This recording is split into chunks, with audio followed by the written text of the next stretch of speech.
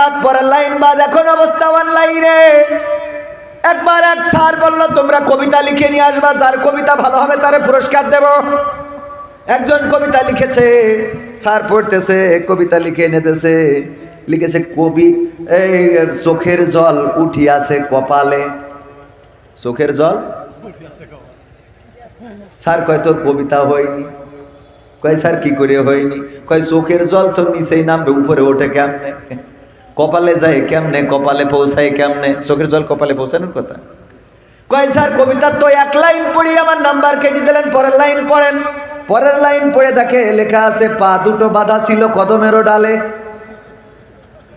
চোখের জল উঠিয়াছে কপালে, পা দুটো বাঁধা ছিল কদমেরও ডালে। তাইলে তো চোখের জল কপালে আসবে। কয় না, তাইলে তো ঠিক আছে। কয় এক লাইন পড়েই তো শুরু করি দেন চিল্লাম। আমাদের এরাম কিছু আছে, এক লাইন শুনে চিল্লানো শুরু করে। এক লাইন শুনবেন না, এক লাইন শুনে কথা বলবেন না।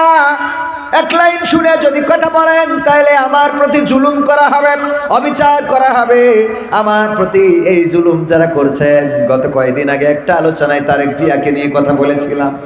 উনি দিয়েছেন, উনি বেকারদের ভাতা দিতে চেয়েছেন। আমি বলেছি এটা ভালো উদ্যোগ, ভাতা দিবে, এটা তো সুন্দর কথা। বেকারদের ভাতা দিক, অসুবিধা নাই, এতে তো কোনো অসুবিধা নাই। বেকাররা ভাতা পাইলে কোনো অসুবিধা কি আছে? কিন্তু বেকার যারা ম্যাক্সিমাম তারা ভুল পথে চলে গেছে, বিপথে চলে গেছে। এদের যদি ভাতা দেওয়া হয় তাহলে বিপথের কোনো ভুল করে বসতে পারে। সুতরাং সেটা না করতে দিয়ে যদি তাদের জন্য চাকরির ব্যবস্থা করা হয় সেটাই বরং উত্তম। বলেন ঠিক না বেঠিক?